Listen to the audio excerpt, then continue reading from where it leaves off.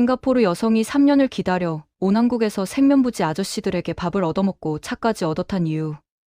그리고 그녀가 눈물 흘리며 고백한 한국의 진짜 정체를 알고 계셨나요?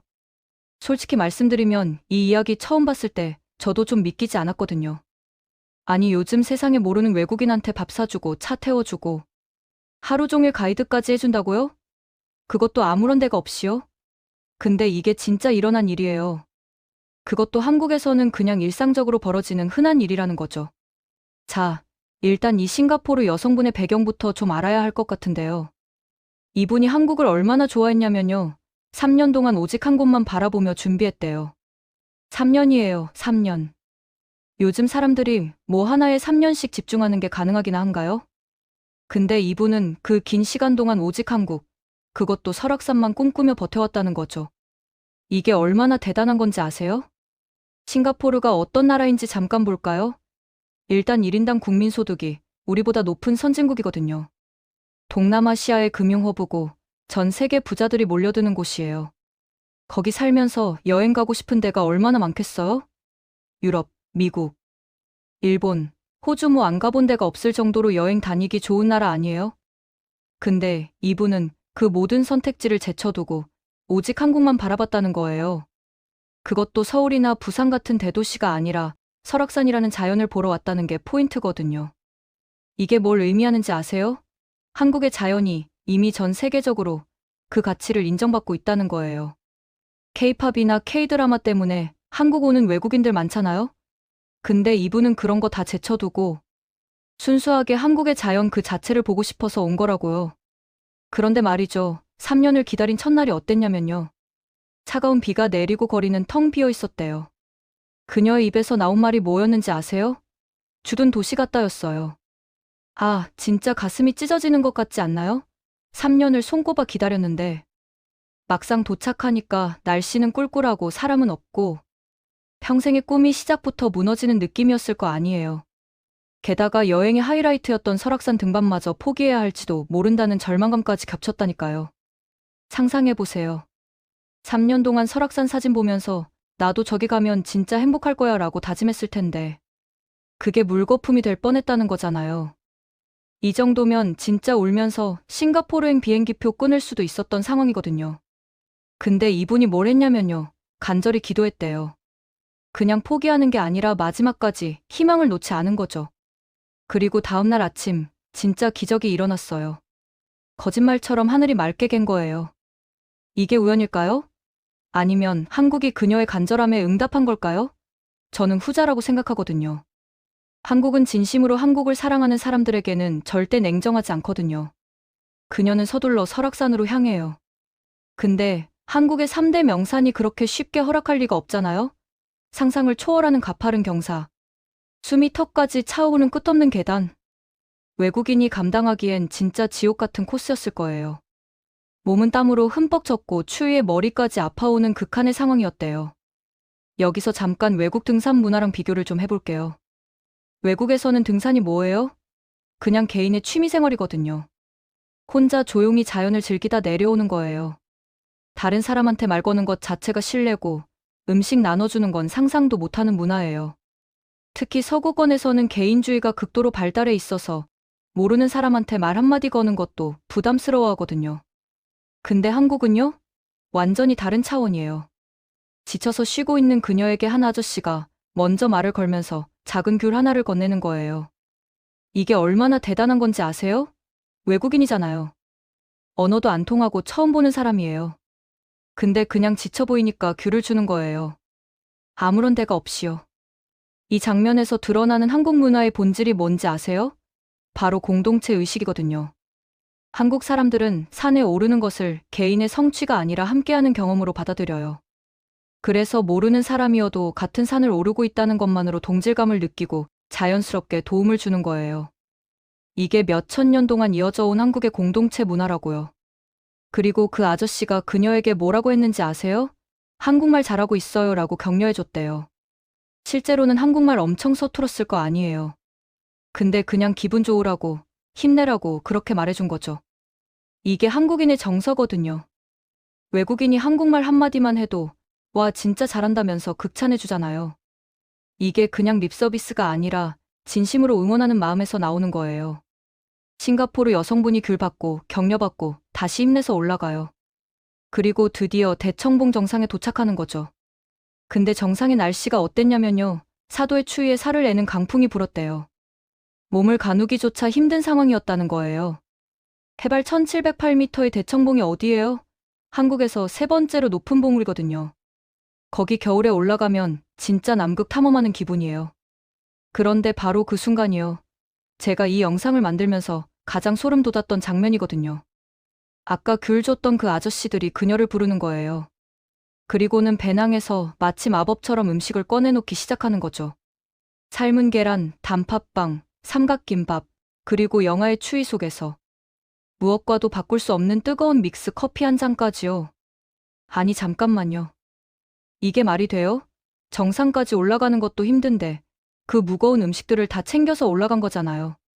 그것도 자기들이 먹으려고 가져온 소중한 식량이에요.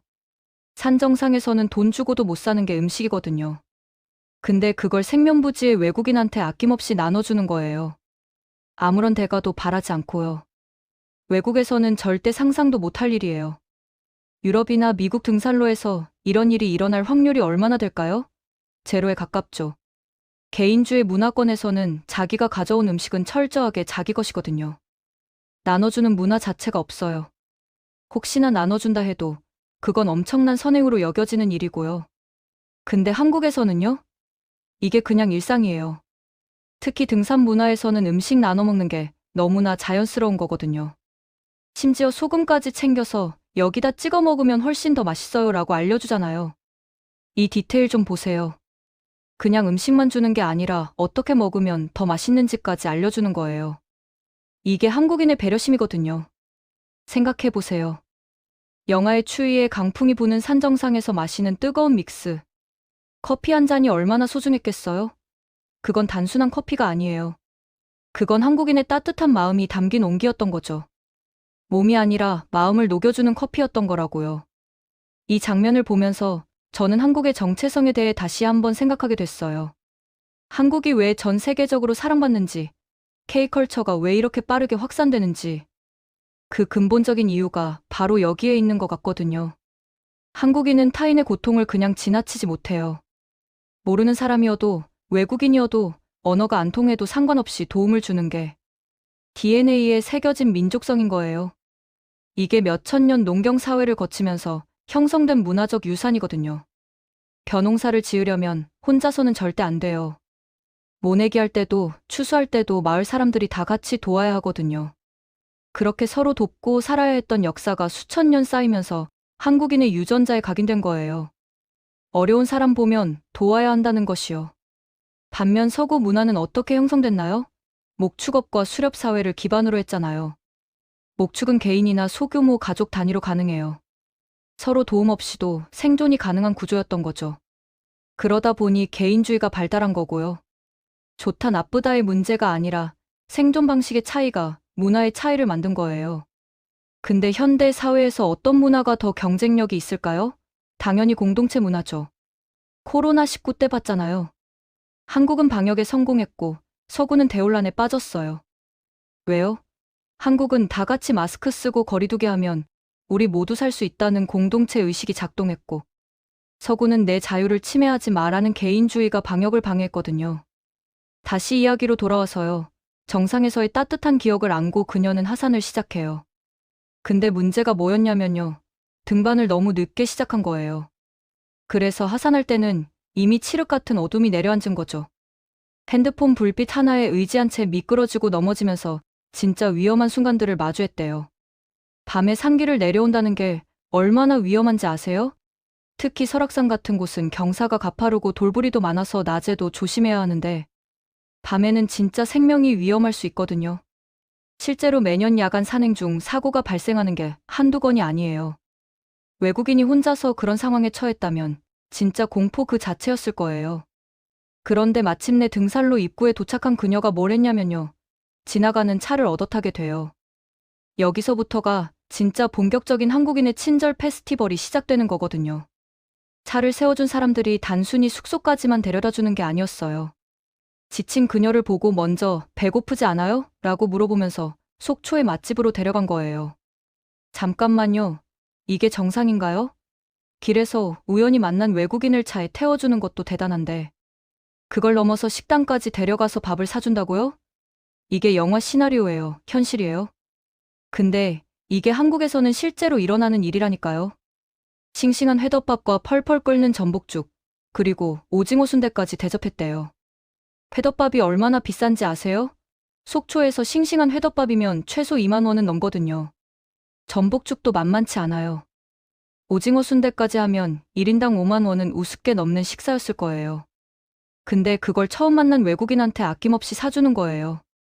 심지어 먹는 방법까지 친절하게 알려줘요. 오징어 순대 이거 그냥 간장이에요. 그냥 가라면서 디테일하게 설명해 주잖아요. 이게 뭐예요? 그냥 밥만 사주는 게 아니라 한국 음식 문화까지 제대로 경험하게 해주려는 거거든요. 이 정성이 얼마나 대단한 건지 모르겠어요? 외국에서 히치하이킹 하면 어때요? 일단 차를 세워주는 것 자체가 드물어요. 범죄 위험 때문에 대부분 그냥 지나가거든요. 혹시나 태워준다 해도 목적지까지만 데려다주고 끝이에요. 밥을 사준다는 건 상상도 못할 일이고요.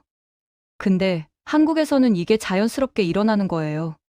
그리고 더 소름 돋는 건 다음 날이에요. 이분들이 단순한 운전자가 아니라 그녀만을 위한 최고의 가이드가 되어준 거거든요.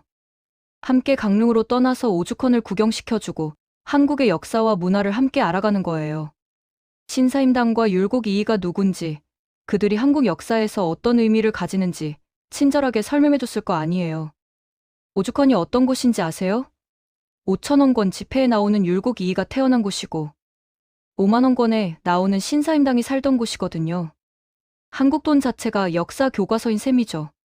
외국인 입장에서는 그냥 옛날 집일 수도 있는데 그 속에 담긴 의미를 다 설명해주면서 한국 문화의 깊이를 느끼게 해준 거예요. 심지어 현지인만 아는 순두부 맛집까지 데려갔다니까요. 불맛 나는 짬뽕 순두부요. 이게 무슨 의미인지 아세요? 유명한 관광지가 아니라 정말 현지인들이 가는 찐 맛집을 알려준 거거든요. 이런 정보는 인터넷 검색으로는 절대 나오지 않아요. 진짜 그 지역에서 살아본 사람만 아는 숨은 맛집인 거죠. 외국 관광 가이드들이 어떻게 하는지 아세요? 수십만 원씩 받고 정해진 관광 코스만 돌아요. 그것도 시간 딱 맞춰서 기계적으로 운영하거든요. 게다가 식사는 대부분 관광객용 비싼 식당으로 데려가서 수수료 챙겨요. 근데 한국 사람들은요? 돈 한 푼 안 받고 자기 시간 다 내서 최고의 경험을 선물해 준 거예요. 짧았지만 꿈같았던 동행을 마치고 헤어질 때 그녀가 뭘 했는지 아세요? 자신이 받은 것에 비하면 너무나 작은 점심 한 끼를 대접하면서 아쉬움과 감사의 마음을 전했대요. 근데 생각해 보세요. 그녀가 대접한 점심 한 끼와 그녀가 받은 것의 가치를 비교하면 형평성이 전혀 안 맞잖아요. 그녀가 받은 건 뭐예요? 설악산 정상에서의 음식, 속초 맛집에서의 저녁 식사, 강릉까지의 교통편. 오죽헌 관광, 현지 맛집 점심, 그리고 무엇보다 하루 종일의 시간과 정성이었거든요. 이걸 돈으로 환산하면 최소 수십만 원은 될 거예요. 근데 그녀가 할 수 있었던 건 그저 점심 한 끼뿐이었던 거죠. 그런데도 그분들은 아니에요. 괜찮아요 라고 했을 거예요. 한국 사람들의 특징이 뭔지 아세요? 베풀고 나서 오히려 미안해하거든요. 제대로 대접하지 못해서 미안하다면서요. 이게 얼마나 아름다운 문화예요? 주고도 부족하다고 생각하는 마음씨 말이에요. 이 이야기를 보면서 저는 한국이라는 나라의 진짜 힘이 뭔지 다시 한번 깨달았어요. K-팝이나 K-드라마, 삼성이나 현대 같은 대기업이 한국의 전부가 아니거든요. 한국의 진짜 소프트 파워는 바로 사람이에요. 한국 사람들의 따뜻한 마음씨가 한국을 세계 최고의 국가로 만드는 거라고요. 통계를 한번 볼까요? 한국은 OECD, 국가 중에서 자원봉사 참여율이 최상위권이에요. 길에서 쓰러진 사람 발견했을 때 도움을 주는 비율도 세계 최고 수준이거든요. 이게 우연이 아니에요. 한국인의 DNA에는 어려운 사람 보면 도와야 한다는 유전자가 새겨져 있는 거예요. 세월호 참사 때를 기억하세요? 전국에서 얼마나 많은 사람들이 자발적으로 도움의 손길을 내밀었어요? 물자를 보내고, 현장에 달려가고, 헌혈하고, 기부하고. 정부가 시킨 것도 아니고, 누가 강요한 것도 아닌데, 그냥 자발적으로 움직인 거잖아요. 이게 한국인이에요. 코로나 때도 마찬가지였어요. 마스크 대란이 일어났을 때 약사들이 밤새 마스크 포장했고, 자원봉사자들이 선별진료소에서 고생했고, 의료진들은 자신의 안전을 뒤로한 채 환자들을 돌봤거든요. 이게 한국의 힘이에요. 그리고 이 힘이 바로 지금 전 세계를 매료시키고 있는 한류의 원동력이라고 저는 생각해요. K-팝 아이돌들이 왜 전 세계 팬들한테 사랑받는지 아세요? 실력만 좋은 게 아니라 팬들을 진심으로 아끼고 배려하는 모습을 보이거든요. 팬사인회에서 팬 한 명 한 명한테 정성을 다하고 SNS로 소통하고 팬들의 어려움에 공감하고 K-드라마도 마찬가지예요. 서양 드라마는 대부분 개인의 성공 스토리거든요. 혼자 힘으로 성공하는 이야기요. 근데 한국 드라마는 뭐예요? 가족, 친구, 이웃과 함께 어려움을 극복하는 이야기잖아요. 이게 전 세계 사람들한테 신선한 감동을 주는 거예요. 개인주의에 지친 사람들이 한국 드라마를 보면서 아, 사람은 혼자가 아니구나. 함께하면 이렇게 따뜻할 수 있구나라는 걸 느끼는 거죠.